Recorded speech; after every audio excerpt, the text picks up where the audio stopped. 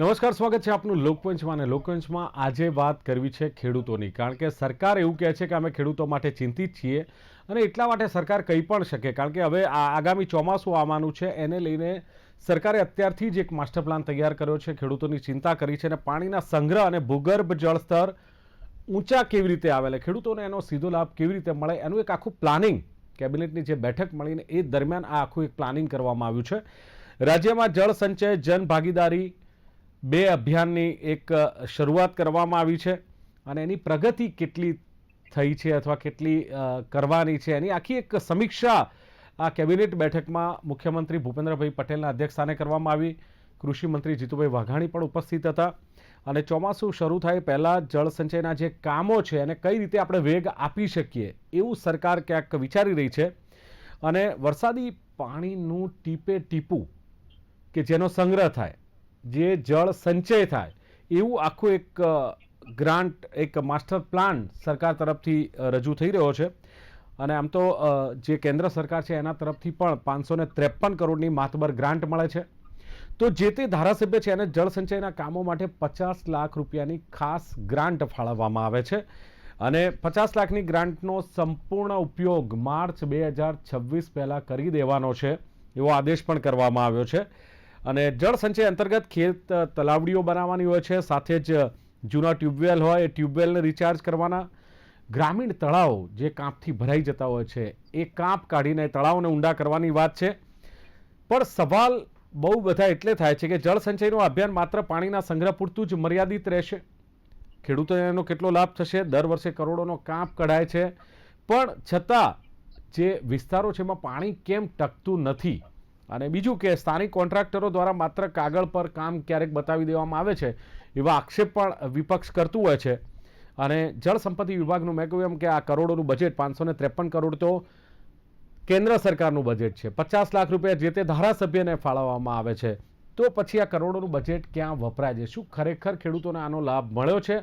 જળ સંચય એકની શું પરિસ્થિતિ છે? આ બધા જ મુદ્દે વાત કરવા મારી સાથે ઉપસ્થિત છે ભારતીય જનતા પાર્ટીના નેતા મહેશ દેસાઈ છે. મહેશભાઈ, સ્વાગત છે આપનું લોકપંચમાં. સાથે જ કોંગ્રેસના પ્રવક્તા શૈલેષ ઠક્કર મારી સાથે છે. શૈલેષભાઈ, આપનું સ્વાગત. અને ખેડૂત અગ્રણી જાણીતા એવા ભરત ચૌધરી છે. ભરતભાઈ, આપનું પણ સ્વાગત છે. નમસ્કાર. ઓકે મહેશભાઈ, શરૂઆત આપનાથી કરીશું, કારણ કે હવે આ બીજો તબક્કો છે જળ સંચય જન ભાગીદારી અભિયાનનો. સાહેબ, પહેલો તબક્કો એટલો તો કેટલો સફળ રહ્યો કે આપણે બીજા તબક્કામાં આવ્યા અને પ્રથમ તબક્કામાં જે ચેકડેમ હતા કે જે તળાવ હતા એ કેટલા ઊંડા કરવામાં આવ્યા, ભૂગર્ભ જળસ્તરમાં કેટલો વધારો થયો, એનો કોઈ અધિકૃત ડેટા ખરો મહેશભાઈ?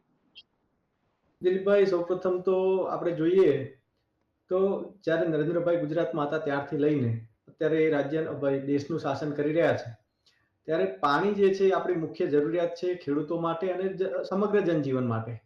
એટલે પાણીને બચાવવું એ ખૂબ મોટી સમસ્યા હતી. એનું કઈ રીતે નિરાકરણ લાવવું પાણી માટે, જેમ આપણે કહેવાય છે કે ઉત્તર ગુજરાત અને સૌરાષ્ટ્ર તો પાણીના વધારે શોર્ટેજ અનુભવતા હતા અને એના લીધે ખેડૂતોને પણ વધારે નુકસાન સહન કરવાનો વારો આવતો હતો. પણ જળ સંચય માટેના વિવિધ કામો એ આપણે ઘણા સમયથી જોઈ રહ્યા છીએ.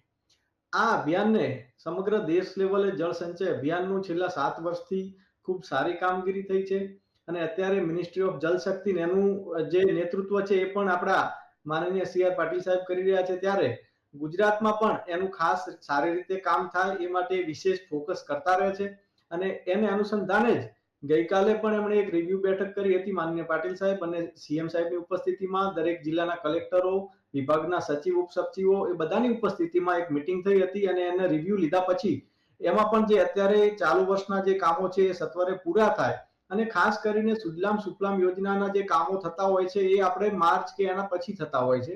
પણ આ વખતે જેમ મોટા ભાગે આપણે હોળી ઉપર રજાઓનો માહોલ હોય છે, અહીંથી આપણા ગુજરાતમાંથી ઘણા લોકો માઇગ્રેટ થઈને રાજસ્થાનમાં પણ જતા હોય છે, જે ઓરિજિનલ રાજસ્થાની છે એ લોકો, એટલે ક્યાંક ને ક્યાંક વેકેશનનો માહોલ રહેતો હોય છે. પણ એની પહેલા આ આયોજન થાય અને ચોમાસાની પહેલા એ કામ પૂરા થાય એ માટેનું આયોજન કરવા માટે સરકારે તાકીદ કરી છે. મહેશભાઈ, કેબિનેટની ચર્ચા પણ સારી થઈ, બધું સાચું કે CR પાટીલ ક્યાં છે, પણ જળ સંચય જન ભાગીદાર અભિયાન એકનું સફળતા કેટલી? મારો સવાલ એ હતો કે જેને ભાઈ, તમારો પર્ટિક્યુલર જવાબ હું આપું તો 2018 થી 2025 સુધીમાં લગભગ 8 વર્ષમાં લગભગ 14,000 મિલિયન ઘનફૂટ પાણીનો આપણે સંગ્રહ કરવામાં સફળ થયા છીએ અને આ આંકડો જે છે એ સરકારી આંકડો છે, પણ એના કરતા પણ વધારે આપણે, કારણ કે અત્યારે તો એક આ ખાલી સંગ્રહનું અભિયાન નહીં પણ એક જનજાગૃતિનું અભિયાન બની ગયું છે.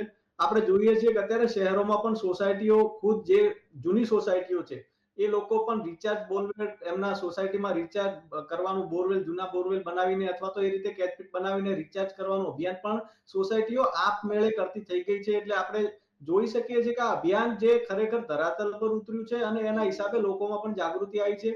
અત્યારે પાણી બચાવવા માટેનું, અને ઘણી જગ્યાએ અમુક અમુક બંગલાઓમાં તો એ લોકો ચોમાસાનું પાણી આપણે આખું વર્ષ ખેડૂતો પી શકાય એ રીતે પણ આયોજન કરતા હોય છે. એટલે જળ સંચય દિલીપભાઈ, અભિયાન મોસ્ટલી ખેડૂતોના ઉપયોગ માટે વપરાય છે.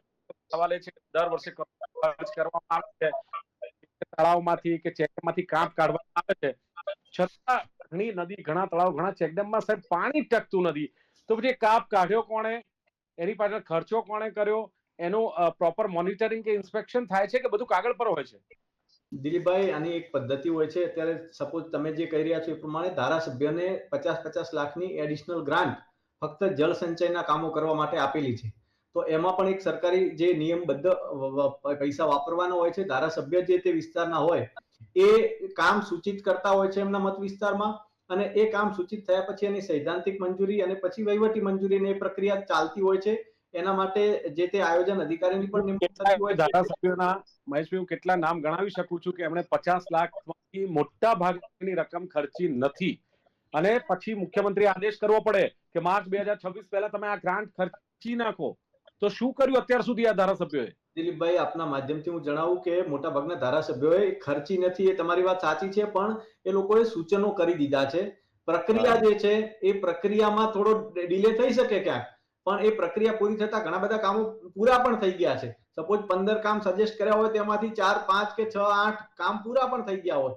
એટલે એ રીતે. અને બીજું કે દિલીપભાઈ, આ વર્ષમાં કદાચ આ ગ્રાન્ટ ખર્ચાય નહીં પણ સૂચિત થઈ જાય, ધારાસભ્ય એક વખત એની જે કહેવાય કે સૂચિત કરી દે કામગીરી, તો એ આ વર્ષમાં જ કાઉન્ટ થઈ જાય અને એ ગ્રાન્ટ ભલે માર્ચ પછી યુઝ થાય પણ એ આ વર્ષની જ ગ્રાન્ટ ગણાય. એટલે એમાં ક્યાંય લેપ્સ જવાનો સવાલ નથી. અને બીજું કે લેટ છીએ. ઓકે મહેશભાઈ. અચ્છા શૈલેષભાઈ, શું માનવું છે કે જળ સંચય 1, જળ સંચય 2, કોંગ્રેસના શાસનમાં તો કદાચ આવી કોઈ યોજનાઓ જ નહોતી. કોંગ્રેસે એવા ચેકડેમ કે તળાવ ઊંડા કર્યા હોય, કાંપ કાઢ્યો, ખેડૂતો માટે વિચાર્યું હોય, એવું તો હતું. ભૂતકાળમાં શું આવી કોઈ યોજનાઓ હતી અથવા જળ સંચય માટે કોઈ પ્રયાસ કોંગ્રેસ તરફથી કરવામાં આવ્યા હતા? કોંગ્રેસની વાત કરતા હોય તો જે કોંગ્રેસે કર્યું છે ને, જે કોંગ્રેસે કર્યું છે ને એ મેં કહેવા જશું ને તો આ ભાજપ વાળા પણ એ નહીં કરે અને એ લઈ લેશે. એટલે આપણે આની વાત કરીએ આજે.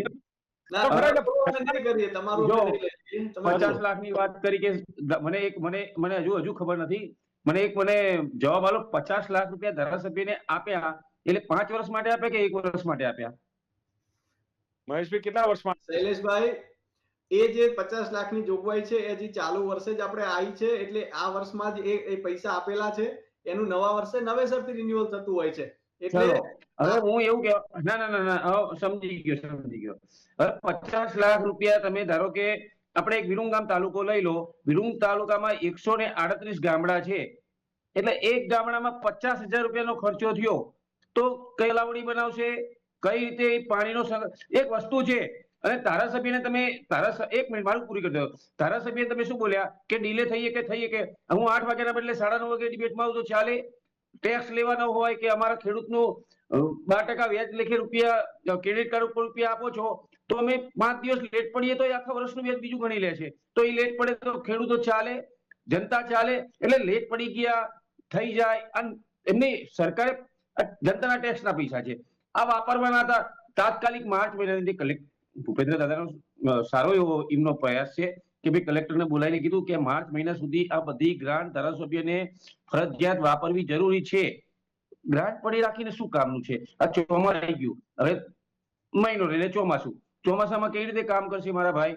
બસ. બીજું તમે સુજલામ સુફલામની વાત કરી, નર્મદાની વાત કરો. અત્યારે 50% હજુ બાવળિયા ઝાડ અંદર નારા પડી ગયા છે ભાઈ. પાણી પહોંચતું નથી. શૈલેષભાઈ, તમે સવાલ પણ મારો સાંભળો. મહિના પછી ચોમાસું, મને તો એ જ ખબર નથી પડતી તમારી ગણતરી ચોમાસાના કયા પ્રકારની છે. બીજું, તમે ખામી કાઢો છો 50 લાખ ક્યાં વાપર્યા અને ક્યારે વાપર્યા ને, તો તમે તમારી પાસે આ જળ સંચય અંગેનો કોઈ તમારી પાસે સીડો પ્લાન છે, કોઈ વૈકલ્પિક મોડેલ છે, તો એ બતાવો તમે. ખાલી ચર્ચા અરે અમે કહીએ જ છીએ એક વસ્તુ છે સાંભળો, આપણે નળ સે જલ યોજના શું કર્યું તમે? નળ સે જલ યોજનામાં એમણે શું કર્યું? કેટલું કૌભાંડ નીકળ્યું? હવે 50 લાખ રૂપિયા વાપરવાની વાત કરે છે, અમે રાજી છીએ, ખેડૂતો માટે વાપરે છે, અમે રાજી છીએ.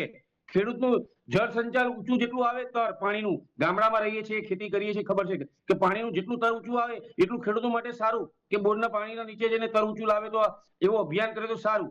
પણ વાત તો થાય છે મારા ભાઈ, મેં એ જ કીધું કે 10% કામ કરે છે ને 90% વાતો થાય છે, સરકાર પૂરી પહોંચતી નથી. જ્યારે શૈલેષભાઈ, વાતો થાય છે તો પછી તમારા ધારાસભ્યો તો છે જ, એમણે અરે કહીએ જ છીએ ને, પાલિકા અમે એક જ વસ્તુ છે, કેટલા ડેટા છે તમારી પાસે કે 26 સંસદ સભ્યોએ સાંભળો, વચ્ચે 26 સંસદ સભ્યોની ગ્રાન્ટ પડી હતી, એમાં જ્ઞાનીબેન હતા તો અમે વાત કરી હતી કે ભાઈ અમારા જ્ઞાનીબેને ના વાપર્યું તો અમે એમને કહીએ છીએ, 25 સંસદને કહીએ છીએ કે તમારી ગ્રાન્ટ પડી છે કેમ વાપરતા નથી, જનતાના પૈસા છે તો એટલે અમે કહીએ જ છીએ, અમારા ધારાસભ્યોને કહીએ છીએ. બરાબર, સાંસદમાં ફરક તો તમે સમજી જ શકો છો મારા ખ્યાલથી. આપણે કીધું સાહેબ કે ગુજરાતની વાત 182 ધારાસભ્યમાં વધારે કોના છે? 156. અરે પણ તમારા જે 5-7 છે એમાંથી મને આંકડો આપો ને કે કેટલા વાપર્યા એમાંથી. અરે દાદા, ધારાસભ્ય પાસેથી આંકડો અત્યારે હું તાર લેવા ના જાઉં, પણ તમે જે ચાલુ સરકાર છે એ ચાલુ સરકાર જો એમ કહીએ કે કલેક્ટર દ્વારા કે તમામ ધારાસભ્યોને તાત્કાલિક ગ્રાન્ટ વાપરો સાહેબ, એટલે એ શરમજનક વાત છે સાહેબ. તો એ ગ્રાન્ટ જે લે છે એ ગ્રાન્ટ શું કરવાની, એમ કહું છું, કેમ વાપરી શકતા નથી? એમનામાં તો મુખ્યમંત્રીએ કહ્યું ખરું, તમારામાં કોણ કહેશે તમારા ધારાસભ્યોને કે ભાઈ આ વાપરો? અરે ભાઈ, અમારી સરકાર પક્ષમાં છીએ ને સાહેબ, અમે વિરોધ પક્ષમાં છીએ, અમે વિરોધ પક્ષ વાળા અમે ગમે ત્યારે મુદ્દો લઈને હર નર સર્જની આપણે તો પાટીરાજભાઈએ મીટિંગ કરીને પ્રેસ બોલાવી અને આખું બહાર પાડ્યું હતું, એક જમીનનું કૌભાંડનું જે માટી ચોરીનું ખનીજનું ચાલતું હતું એનું બહાર પાડ્યું હતું, મીડિયામાં ડિબેટોમાં બેસવાથી અરે ભાઈ, અમે તો જો જનતાને જણાવવા માટે તો અમે કરી રહ્યા છીએ ને પ્રયાસ કે ભાઈ આ રીતે આ સરકારની અંદર ચાલી રહ્યું છે. સારું, ચલો ભરતભાઈ, હવે શું લાગે છે? હું આવું મહેશભાઈ આપની પાસે, મારે ભરતભાઈ પાસે જાણવું છે કે હવે આ છે જળ સંચય જન ભાગીદારી યોજના 1 અને 2, અને આનાથી ખેડૂતોને કેટલો ફાયદો થાય છે, કેટલો ફરક પડે છે ભરતભાઈ? તમામ દર્શક મિત્રો નમસ્કાર. સાહેબ, વિચાર અને વાતો તો બે સારું છે. મોદી સાહેબ જે દિવસ સત્તામાં હતા ને એ દાડે બોલતા હતા, જો કિસાન હિત की बात करेगा वो ही देश में राज करेगा. એ વાતના આજે 30 વર્ષ થઈ ગયા, બરોબર છે? એટલે એ જે કામ કર્યું છે એમાં પણ ખામીઓ કાઢવાની વાત નહીં. પણ જો અત્યારે હમણો 2004માં ટાગોર હોલમાં ભૂપેન્દ્રભાઈ ચુડાસમા કૃષિ મંત્રી હતા, હું મીટિંગમાં ગયેલો, ખેડૂતની ઓબળા ગ્રો એસોસિએશનની મીટિંગ હતી, ગુજરાતની નહીં, ભારતના ઓબળા ઉત્પાદકો આવ્યા હતા. એ તારે ભૂપેન્દ્રભાઈ એવું કીધું હતું કે વિશ્વની વાત છોડો, પણ ભારતની વાત છોડો, પણ એમ કે ગુજરાતમાં વોટર વોર નહીં થાય. ભૂપેન્દ્રભાઈ છે, તમે કદાચ ટાગોર હોલ નો પ્રોગ્રામ 2003-4 નો હોય તો તમે લાઈવમાં રેકોર્ડ કરેલો જોઈ લો. ભૂપેન્દ્રભાઈ સાહેબ આયા છે, પૂછી લો કે તમે બોલેલા 2004 ની વાત કરું સાહેબ. આ હું પાછો હોમો બેઠેલો તો કદાચ એમાં મારો ફોટો આવે છે કેસેટ ધડા તો મારું કેવું છે, હજુ તો તમે 2004 થી 2026 આયા તો હજુ વોટર વોર ની વાતો આપણે 14 કરવાની. જે કામ કર્યું એ નક્કર કરવું પડે. અમારે સુજલામ સુફલામ કેનાલ કડાણાથી જાય છે, 7 જિલ્લામાંથી પસાર થાય છે, બરોબર છે? અને એ 7 જિલ્લામાં પસાર થાય છે, 6500 કરોડ ખર્ચો છે, 330 કિલોમીટર લોબી છે. રાજસ્થાન ગુજરાતની બોર્ડરમાં લુણી નદીમાં પાણી જાય છે અને એમાંથી દરિયા રણમાં વહી જાય છે. પણ મારું કે ચાલુ સાલની વાત કરું, આ બધા પાણીની બધી વાતો કરે છે, મારું કે ખુરશીમાં બેઠા બેઠા ગુજરાત રાજ્યના 7 જિલ્લામાંથી પસાર થાય છે. તો એના તાલુકા જેટલા આયા તો ચાલુ સાલે ચોમાસામાં વરસાદ તો સુફલામ કડાળાનું પાણી દરિયામાં વહી જતું હતું અને એ કેનાલ ખાલી હતી તો રિચાર્જ છે ને થાય, કોઈને ખબર જ નહીં કે પાણી દરિયામાં જાય છે. મેં લેખિતમાં આપ્યું કલેક્ટર સાહેબને, અરે અમારા ધારાસભ્યને આપ્યું, અરે ભાઈ મુખ્યમંત્રીને આપ્યું કે ભાઈ તમે પાણી છોડો. તાણે સરકારને ખબર પડી કે કેનાલ ખાલી ચાલે, ઓધરો દળ કૂતરો ખોય, તળાવ ગોદી, ડેમ ગોદી, પણ વહીવટી ખોમી છે કે કડાળાનું પાણી દરિયામાં ના જવું જોઈએ, સુજલામ સુફલામમાં નાખો. તો 7 જિલ્લાના સંસદ સભ્યો શું કરે છે, ધારાસભ્ય શું કરે છે? આ ગ્રાન્ટ ફાળવવાની જવાબદારી એના વિસ્તારમાં પાણી કયા તળાવમાં નથી એની જવાબદારી હું તમે ખાલી નકશા દોરી ખાડા કરવાથી પાણી જવાનું નથી. એટલે વાતો તો બધી મોટી અને મી જે વાત કરી એ ભૂપેન્દ્ર સાહેબ શું હાજરીઓને પૂછી લેજો કે ટાગો હોલ મીટિંગમાં તમે શું વાત કરી હતી, એનો હું સાક્ષી છું. આશરા ઉપજાઈ કરેલી વાત નથી. અચ્છા બીજા ભરતભાઈ, નંબરમાં હમણાં માનસાર તાલુકાના સોલૈયા ગામના એ ખેડૂતો મને ફોન આવ્યો હતો 20 દિવસ પહેલો કે ભાઈ અમારા ગામમાં તળાવની યોજના ગઈ સાલ થઈ ગઈ છે, તો દિવાળી પછી જે ખેડૂતોએ પાણી વાપર્યું તે ફેર ભરો તે કલેક્ટરને મળવા ગયા. એ કલેક્ટર સાહેબ કે ભાઈ અમારા તમારા અમને આપ જોણ કરવાની જરૂર નહીં, તમે આજે નર્મદા નિગમ કે જ્યાં સુફલામ જોણ કરો.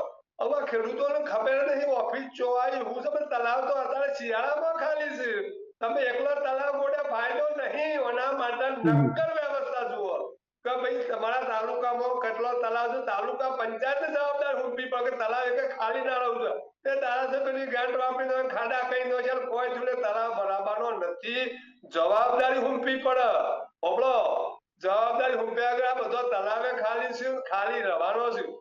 ગઈ સાલની 2025 ના મે મહિનામાં લાખણી તાલુકાના ખેડૂતોએ આંદોલન કર્યું હતું સુફલામો પાણી છોડવા માટે. પણ તમને જે વહીવટવાળા બેઠા છે એઓને ખબર નહીં.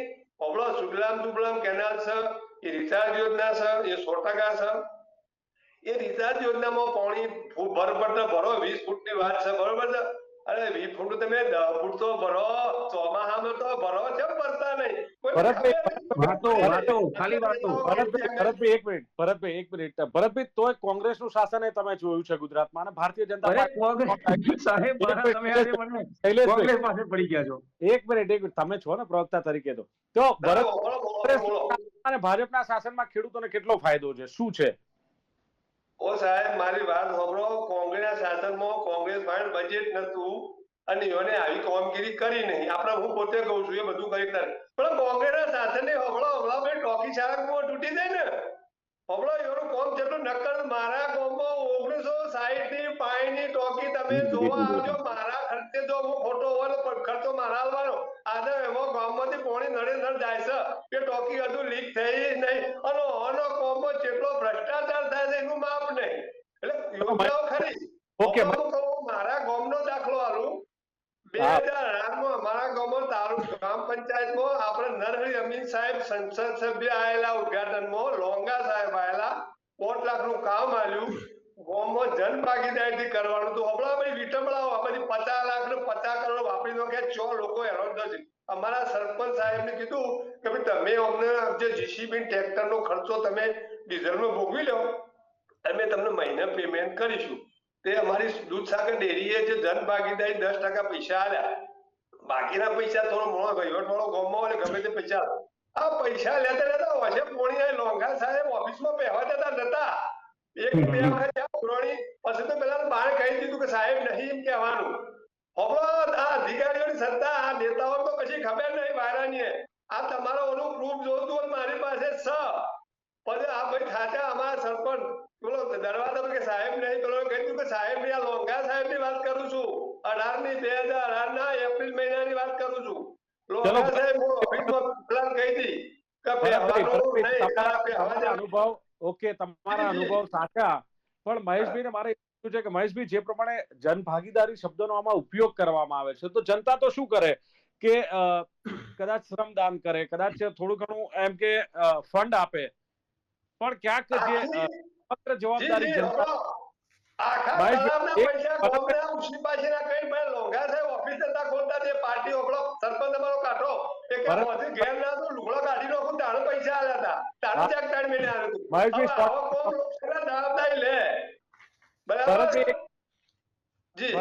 મહેશભાઈ શોર્ટમાં જવાબ આપજો કે 553 કરોડની માતબર રકમ ક્યાં વપરાય છે, 50 લાખ ક્યાં વપરાય છે? દિલીપભાઈ, સૌપ્રથમ તો શૈલેષભાઈ જયારે ભરતભાઈ વાત કરતા હતા કે કોંગ્રેસે કઈ નતું કર્યું, ત્યારે બી શૈલેષભાઈ એટલા ખુશ થઈને હસતા હતા, એટલે મને નવાઈ લાગી કે કઈ નતું કર્યું, ખુશી હોય છે. બીજું કે જે રીતે શૈલેષભાઈએ વાત કરી કે 138 ગામ છે એમની વિધાનસભામાં, તો ભાગાકાર કરીએ તો 50-50 હજાર રૂપિયા આવે. પણ શૈલેષભાઈ, આ વહીવટી કાર્યો હોય છે એમાં 50-50 હજાર એમ ભાગાકાર ના કરવાના હોય. જે ગામની વધારે જરૂરિયાત હોય ત્યાં ધારાસભ્ય સૂચન કરે કે ભાઈ આની પ્રાયોરિટીમાં લો, તો એ પહેલું ગામ એ પ્રાયોરિટીમાં આવે, પછી બીજા ગામનો વારો આવે. એટલે એવી રીતે 10 કે 15 કે 20 ગામોમાં જે કામ સજેસ્ટ કરતા હોય એ પ્રાયોરિટીના હિસાબે સજેસ્ટ કરતા હોય. એટલે વારાફરતી 4-5 વર્ષની અંદર દરેક ગામડાનો નંબર આવી જાય. એટલે શૈલેષભાઈ આ વિશે થોડો પ્રેક્ટિકલી તમારે સમજવો પડે કે આમાં શું હોય છે. બીજું કે સુજલામ સુફલામ અને સૌની યોજના એના થકી ઉત્તર ગુજરાત અને સૌરાષ્ટ્રમાં બધા ખેડૂતોને લાભ મળ્યો છે. એનું આપણે ઉત્પાદનના આંકડા ઉપરથી બી દિલીપભાઈ સાબિત કરી શકીએ છીએ કે એ પાણીના હિસાબે કેટલું ઉત્પાદન લાભ મળ્યો વધ્યું એટલે છે. મગફળીની વાત કરીએ તો એક મિનિટ મહેશભાઈ, લાભ મળ્યો. કાકા વાત કરતા હતા કે પાણી છોડવા માટે આંદોલન કરવું પડે છે.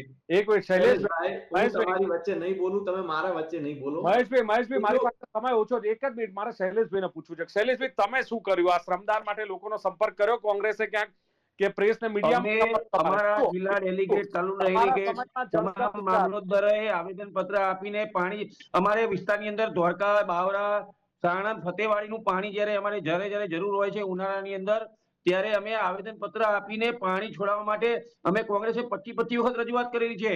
પણ આ તમે કાકાએ વાત કરી કે અમે આંદોલન કર્યું કે સુગમ સગમમાં પાણી છોડાવવા માટે અમે આંદોલન કરીએ છીએ. એ જ રીતે અમે આંદોલન કરીએ છીએ કે પાણી છોડો કે અમારો ડાંગર બની જાય છે કે અમારા ઘઉં બની જાય.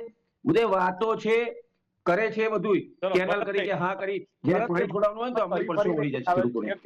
ભરતભાઈ, હરીફરીના સવાલ એ આવે છે કે પહેલા કરતા ખેડૂતો સમૃદ્ધ થયા છે સરકારની યોજનાઓથી, સહાયથી, સબસિડી કે જે કઈ ગણીએ એનાથી?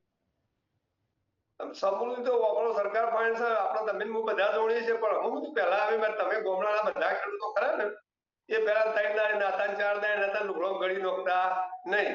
અને અમે તો ચોખા રવા માટે એટલો ફેર પડ્યો છે.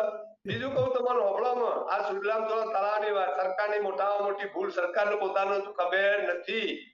બરોબર છે? જે ગામડાના તળાવમાં પાણી આવતું હોય એ તળાવમાં પાણી ક્યાંથી આવે? ખેતરોમાંથી, નાળીઓમાંથી. જે નાળીઓ એટલે આપણે ખેતરની નેક સમજવાની.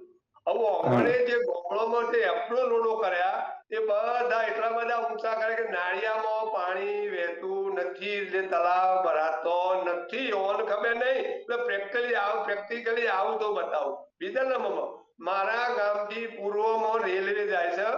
એ નેરો રેલવે વર્ષોથી અંગ્રેજો વખતની એને હતા બ્રોડગેજ કરી. બ્રોડગેજ જમીન ઊંચી કરી. મારા ગામથી પૂર્વ વિભાગનું ખેતીનું જે લગભગ જે આખો કસ્બો ખરો અમારા ખેડૂતનો છે કે 2000 વીઘા જમીન, એ બધું પાણી ચોમાસામાં તળાવમાં આવતું. આ ચાલુ સાલનો તમારે જોવું હોય તો લાઈનમાં બતાવી દઉં.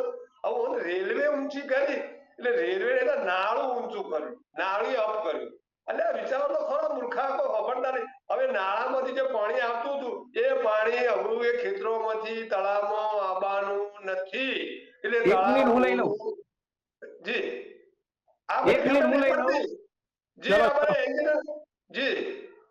જે માઇનર કેનાલ બનાવી છે, 14 વર્ષથી ખેડૂતોને હજુ ફાફા છે. એમની જમીનના રસ્તા ગયા, હજુ એ 14 વર્ષથી પાણી નથી ચાલુ થયું. ભરતભાઈ અને મહેશભાઈ, મારી પાસે સમય ઓછો છે, પણ જે પ્રમાણે મહેશભાઈએ કહ્યું એમ કે પાણીનું મહત્વ અને એને બચાવ કેવી રીતે આ સરકાર. મહેશભાઈ પ્લીઝ, સમય નથી મારી પાસે. એક કમેન્ટ મને લાસ્ટ ક્લોઝિંગ કમેન્ટ આપવા દેજો પ્લીઝ. મારી વાત સાંભળો, મારી પાસે સમિંગ અપનો પણ સમય નથી, એટલે હું કદાચ કોઈને સમય નહીં આપી શકું. પણ સરકાર પાણીનું મહત્વ સમજે છે. મહેશભાઈનું કેવું છે ઉત્તર ગુજરાત, સૌરાષ્ટ્રમાં શોર્ટેજ હતી, અત્યારે પાણીની અછત બિલકુલ નથી અને દૂર કરવા જળ સંચય અભિયાન છે. દર વર્ષે માર્ચ પછી આ કાર્ય લેવાતું હોય છે. આ વખતે વહેલું કાર્ય હાથમાં લેવાયું છે અને સોસાયટીઓમાં પણ એમણે કહ્યું કે સરકાર બોરવેલ દ્વારા અથવા તો રિચાર્જ કરીને પણ આ અભિયાન હાથ ધર્યું છે. ધારાસભ્યને 50 લાખની ગ્રાન્ટ આપે છે, પણ પ્રાયોરિટી પ્રમાણે વપરાય છે. જે કામનું મહત્વ વહેલા હોય એને પહેલા શરૂઆતમાં કામ થાય છે અને વારાફરતી એ કામોનો નંબર આવતો હોય છે. શૈલેષભાઈએ કહ્યું એમ 50 લાખ તો આપ્યા, પણ વિરમ ગામના 138 ગામનો એમણે સવાલ ઉઠાવ્યો 50 લાખથી શું થાય.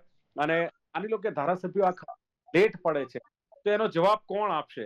જનતાના ટેક્સના પૈસા છે અને કોંગ્રેસ કહે છે કે અમે આવેદન પત્ર આપીએ છીએ, અમે રજૂઆત કરીએ છીએ, પણ અમારું કાને ધરતા નથી. ભરતભાઈએ કહ્યું એમ કે વિચાર ને વાતો બંને સારી છે, પણ એમણે કહ્યું એમ કે જો કિસાન પે રાજ કરે, કિસાન કી બાત કરેગા વહી દેશ में રાજ કરેગા. આ સૂત્ર જે હતું અને જે કામ કર્યો એ નક્કર કરો, ભરતભાઈનું કેવું છે.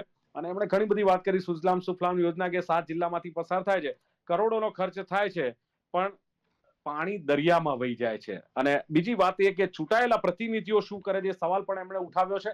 વહીવટમાં ક્યાંક ખામી છે, ભરતભાઈનું કેવું છે. અને તળાવ ખોદવાથી કશું જ નહીં થાય, નક્કર પ્લાનિંગ તમારું હોવું જોઈએ, પ્રોપર મોનિટરિંગ ભરતભાઈનું કેવું છે કે હોવી જોઈએ. જવાબદારી સોંપવી પડે તો આનો ઉકેલ આવે.